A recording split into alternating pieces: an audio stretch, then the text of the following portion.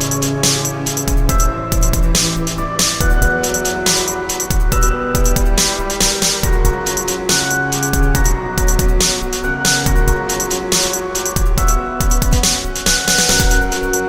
and welcome to this week's episode of Strange Pathways. I am your host, Scott Mort.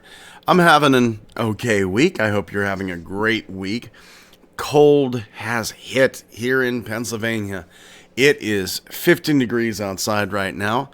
I am sick. I am stuffy. I have a cough that will not go away. And every joint in my body is aching. Such is the life of someone who's 50 and in cold weather. I cannot wait to move to a warmer climate. If you are a fan of what you're seeing up on the YouTube screen right now, that glorious picture of three men in black in front of a UFO, you can get that image on all sorts of merchandise, a hat, t-shirts, stickers, mugs, what have you. Just follow the link down below to our Redbubble store. It is the Sparrow Manor Podcast Network store. We have a small family of podcasts under this wing, and we all share a store. If you like the design and want to support us, please do so. Purchase yourself a shirt, cup, what have you. On to this week's tales.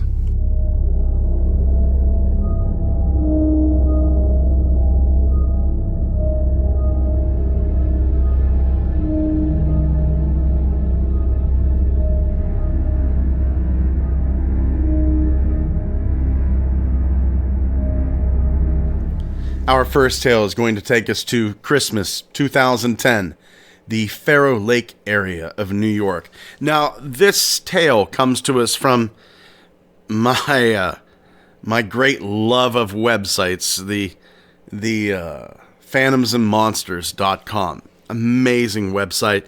One of the few websites I go to every single day.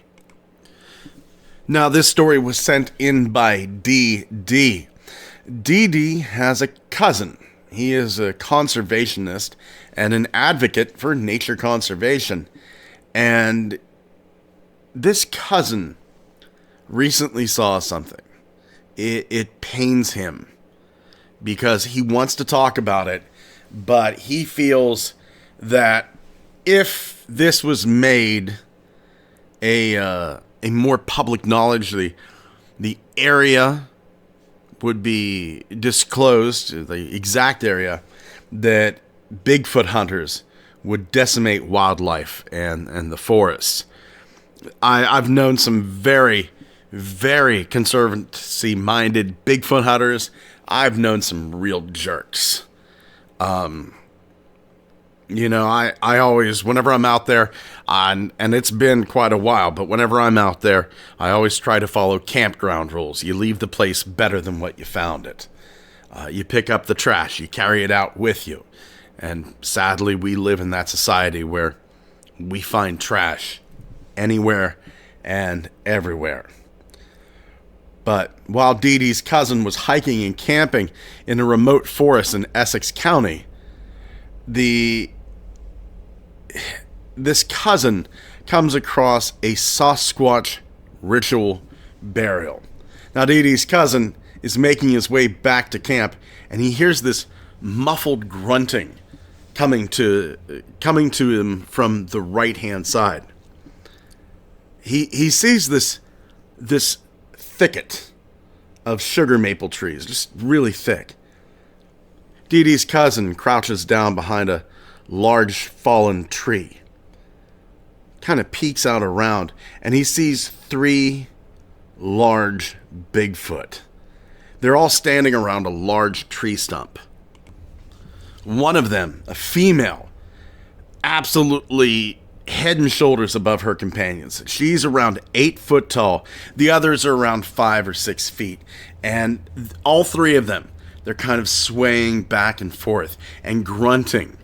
And they do this for 10 minutes. And then they stop. And they start to run in the opposite direction.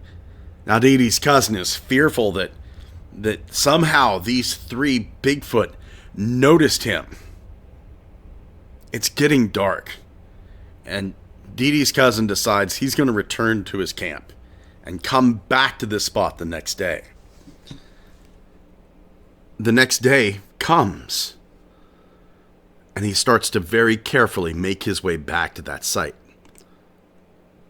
He gets to that clearing where he saw the three Sasquatch, and he notices a 4-foot-high hollow sugar maple stump. 4 gray squirrel tails are attached to the top edge and suspended outside of the stump. It's a kind of decoration. His nose is just filled with this stench. The stench of very strong urine. Dee Dee's cousin looks into the stump. It's empty, but there's some dark fur, a few blood stains, a large piece of old deer hide. Dee Dee's cousin thinks that these Bigfoot may have buried a small child or infant in the stump, and they've come back to move it after noticing him, or that maybe a scavenger took it at night. But this could be the answer, right? Why have we never found a body? Because these creatures practice ritual burial. And I mean, it kind of makes sense in a weird way. You don't want any scavengers that can take you down, finding out you taste good. I honestly believe that's why humans started burying their kind. Animals fascinate me. I once had a pet, well, 2 pet gerbils. They had babies. I was assured they were both female. Somebody was wrong. Because they had babies. One of the babies ended up disappearing. Where did it go?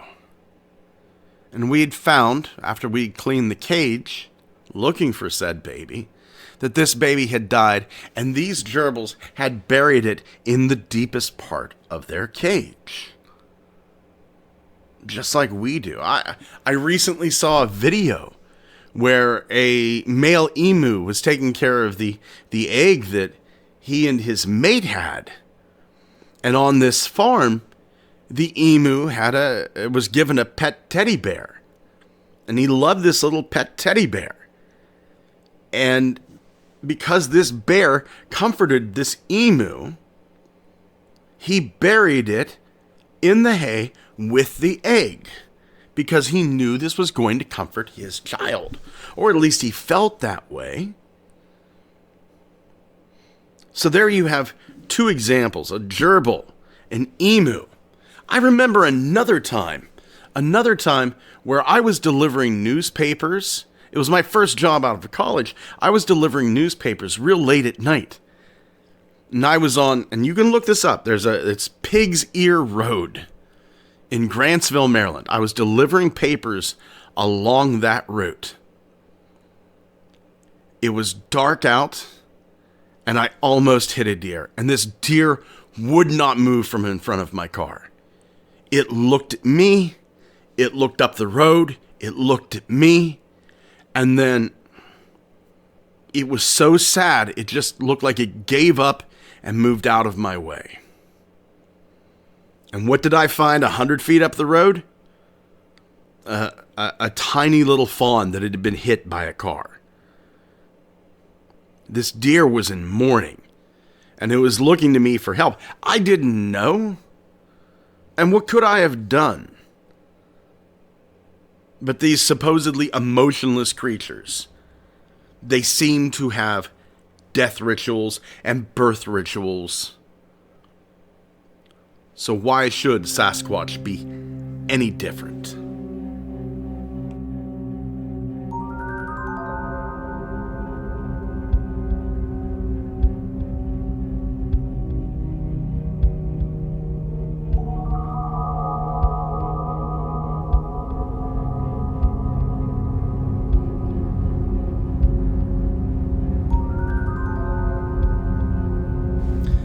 In 1950, John Stewart began collecting UFO clippings from around the world. He became obsessed with the topic and read anything he could get his hands on about it. In 1952, John Stewart got a knock at his door. He goes to check. No one there. Now, he just brushes this off as a prank played by some kids, and perhaps it was, but not long after, Stewart is in bed reading late one night, and his telephone rings. He answers it, and the voice on the other end says, "Stop interfering in affairs that don't concern you. You have been warned."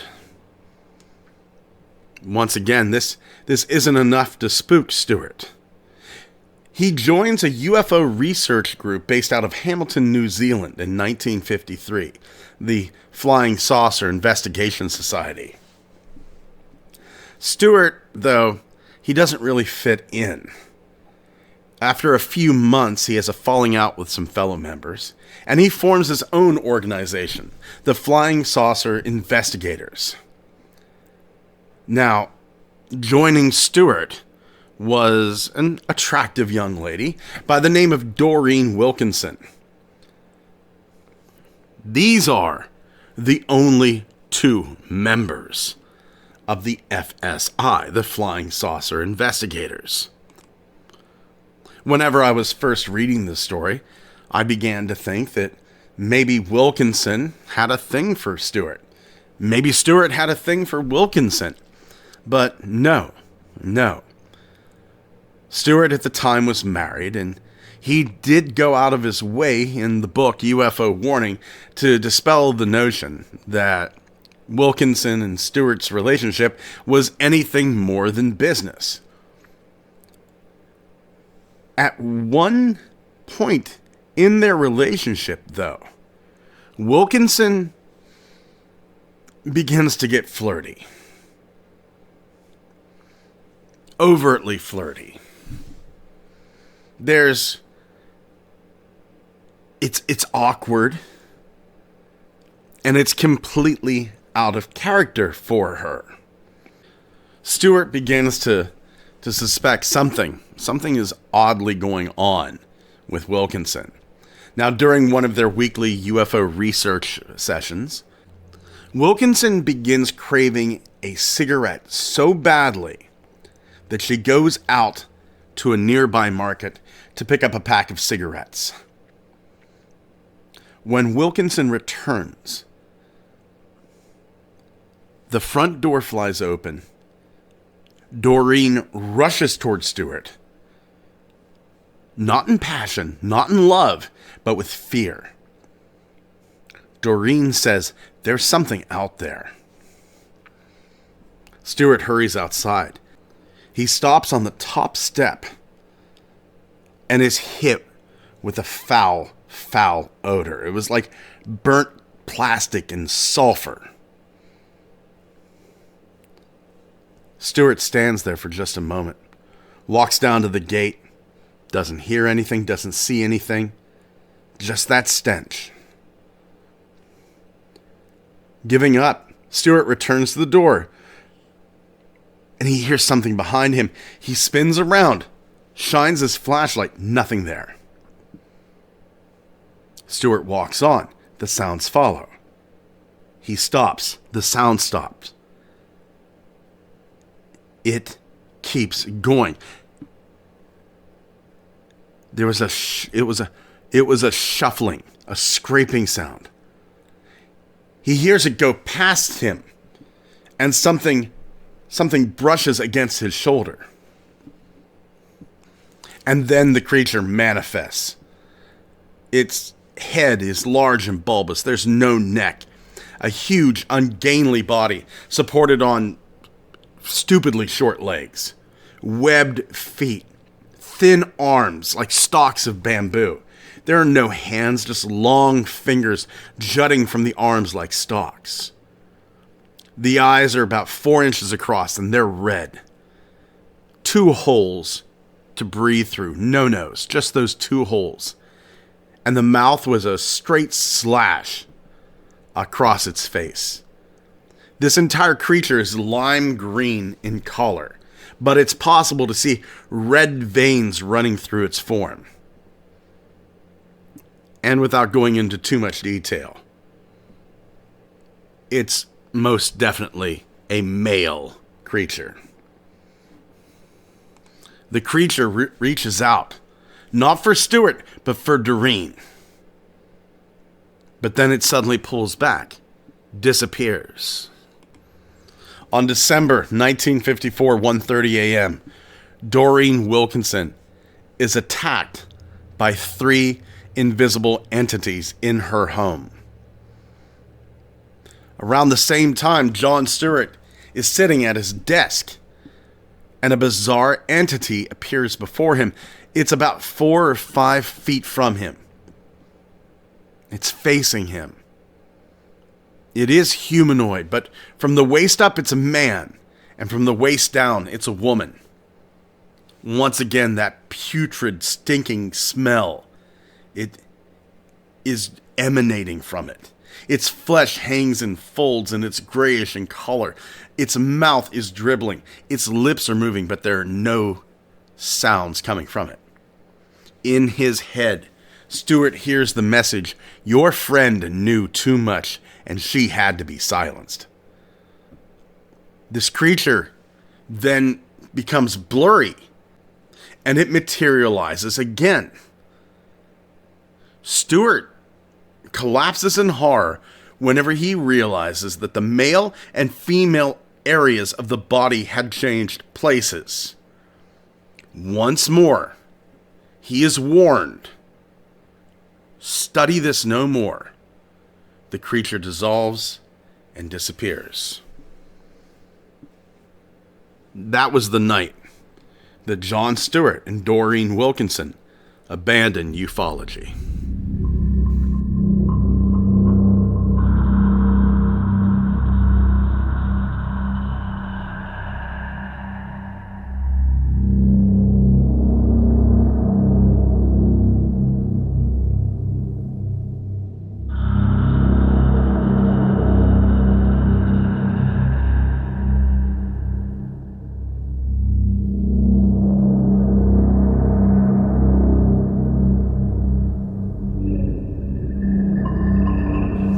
Our last tale is going to take us back to January 31st, 1978, Montvale, New Jersey. 3 boys, Eddie Hargrove and his brother Michael, and their friend John Cummings, are playing on the ice-covered field of Montvale Memorial Elementary School. They're boot skating, which is essentially ice skating without the ice skates. They're stunned as they watch a flying object approach and hover overhead.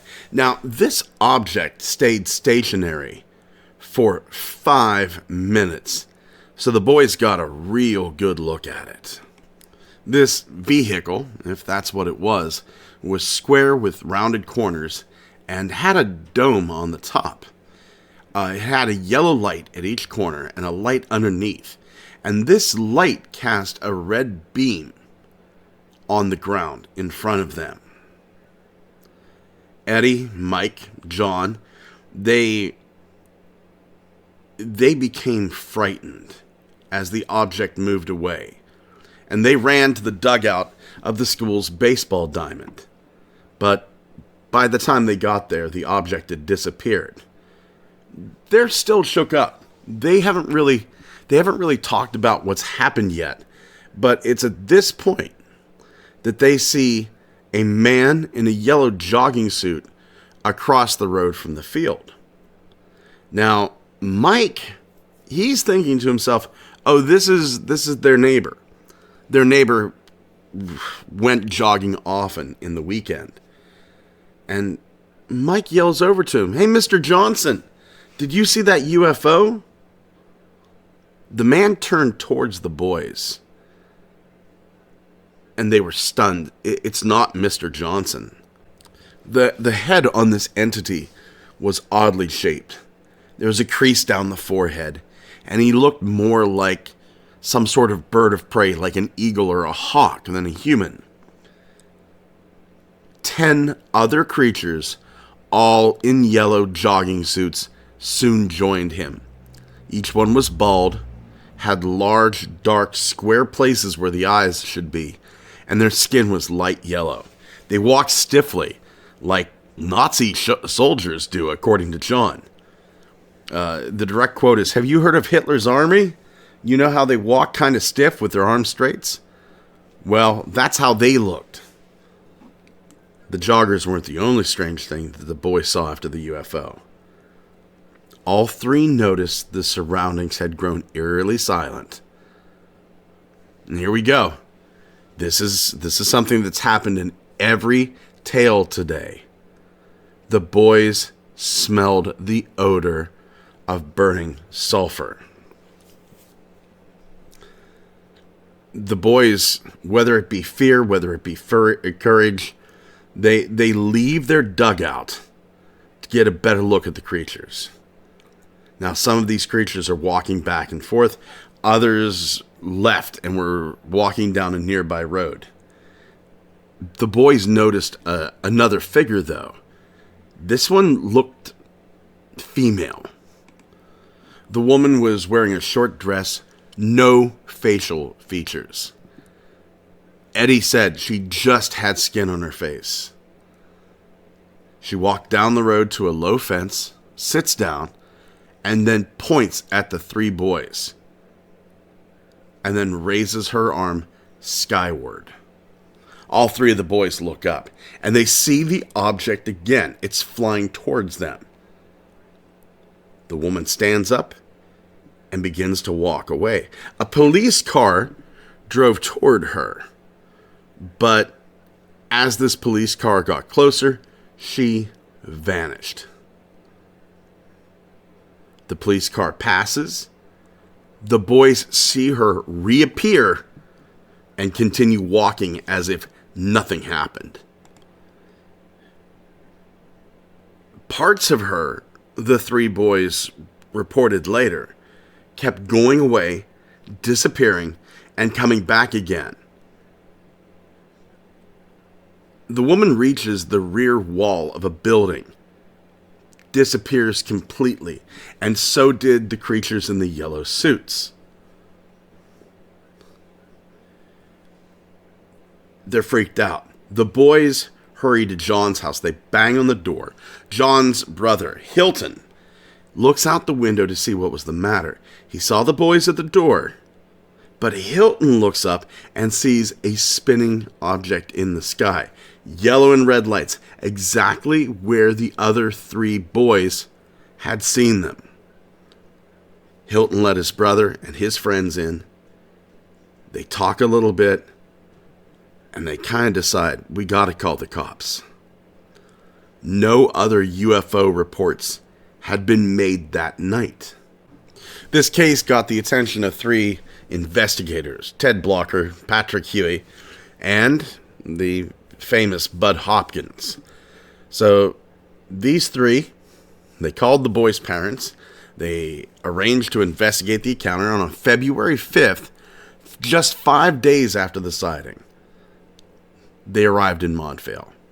They inspected the playing field. They interviewed each boy privately.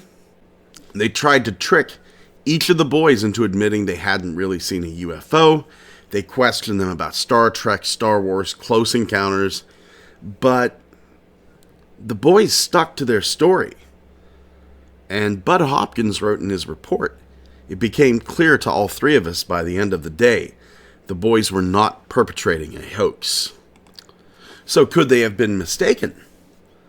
Well, the Montvale Police Department reported that they had only seen two people jogging together in Montvale, never after dark.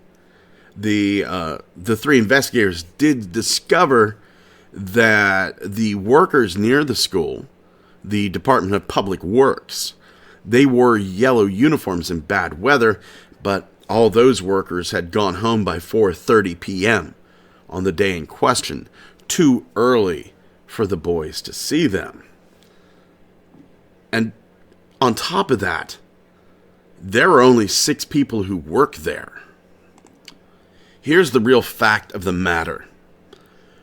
12-year-old boys don't call the police unless they're really upset about something. They must have seen something real that night. For them to call the cops just to make a joke, really, really doubtful.